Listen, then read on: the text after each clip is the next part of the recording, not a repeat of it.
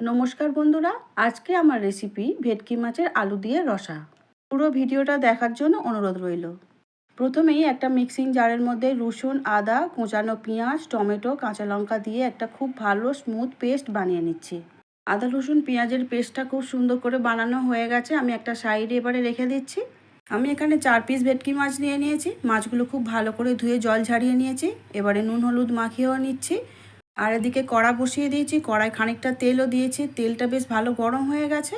মাছগুলোকে এবারে একটা একটা করে কড়ার মধ্যে দিয়ে দিলাম। 1 মিনিট একটু ভাজা হওয়ার পরেই মাছগুলোকে আমি একটু উল্টে দিচ্ছি। একইভাবে এপিট ওপিট করে মাছগুলো খুব সুন্দর করে ভেজে আমি তুলে নিচ্ছি।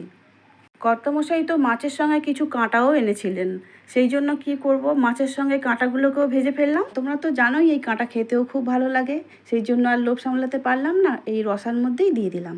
ওই মাছ ভাজার তেলের মধ্যেই 1 চামচ জিরে দিয়ে দিলাম আর একটা তেজপাতা দিয়ে 1 মিনিট ভেজে নিচ্ছি। যেহেতু আমি ভেটকি মাছের রসাটা আলু দিয়েই করব, সেই জন্য আলুগুলো খুব ভালো করে আগে থেকেই কেটে নিয়ে ধুয়ে জল ঝারিয়ে রেখেছিলাম। এখন তেলের মধ্যে আমাদের দিয়ে দিতে হবে। আমি সমস্ত আলু তেলের মধ্যে দিয়ে দিয়েছি। এবারে দিয়ে দিচ্ছি নুন আর হলুদ দিয়ে একটু ভালো করে ভেজে নিয়ে চাপা দিয়ে 2 মিনিটের জন্য ভাপিয়ে নিচ্ছি। 2 মিনিট পর ফিরে এলাম। আলুগুলো খুব সুন্দর সিদ্ধ প্রায় হয়ে এসেছে। আবারও একটু ভালো করে ভেজে নিয়ে তুলে নিচ্ছি। এবারে যে আদা রসুনের পেস্টটা আগে বানিয়ে রেখেছিলাম, সেই পেস্টটা দিয়ে দিলাম তেলের মধ্যে। দিয়ে খুব ভালো করে নাড়াচাড়া করে সব কিছু কষে নেব। 1 চামচ হলুদ গুঁড়ো, 1 চামচ জিরে, 1 চামচ ধনে দিয়ে দিচ্ছি। আমি এখানে কাঁচা লঙ্কা আগেই পেস্টের সঙ্গে দিয়ে দিয়েছিলাম, সেই জন্য এখানে আর দিচ্ছি না। তোমাদের যদি একটু ঝাল খেতে ইচ্ছা করে তাহলে দিতে পারো। পরিমাণ মতো জল দিয়ে দিলাম। দিয়ে এবারে ভেজে রাখা আলুগুলোকে তুলে দিয়ে আবারও খুব ভালো করে একটু নাড়াচাড়া করে নিয়ে 5 মিনিটের জন্য চাপা দিয়ে রান্নাটা করে নিচ্ছি। 5 মিনিট পর ঢাকা খুলে কড়ার মধ্যে মাছগুলোকে আমি তুলে দিচ্ছি।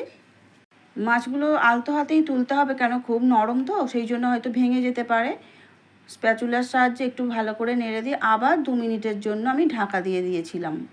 এবারে আমি একটু কাসুরি মেথি ওপর দিয়ে দিয়ে দিচ্ছি। তোমরা চাইলে ধনেপাতাও ইউজ করতে পারো। একদম রেডি হয়ে গেল আমাদের ভেটকি মাছের আলু দিয়ে রসা। আমি একটা সার্ভিং প্লেটের মধ্যে তুলে নিচ্ছি। এইরকম করে মাছের যদি রসা বানানো যায় তাহলে কিন্তু খুবই ভালো লাগে খেতে।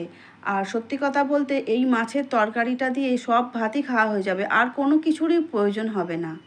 আমার ভিডিও ভালো লাগলে লাইক, শেয়ার, সাবস্ক্রাইব করার অনুরোধ রইল। আর বন্ধুরা ফেসবুক পেজ থেকে দেখছো, পেজটিকে ফলো করে দিও প্লিজ। দেখা হচ্ছে পরের ভিডিও নিয়ে। ভালো থেকো, সুস্থ থেকো সবাই। পুরো ভিডিওটা দেখার জন্য অসংখ্য ধন্যবাদ।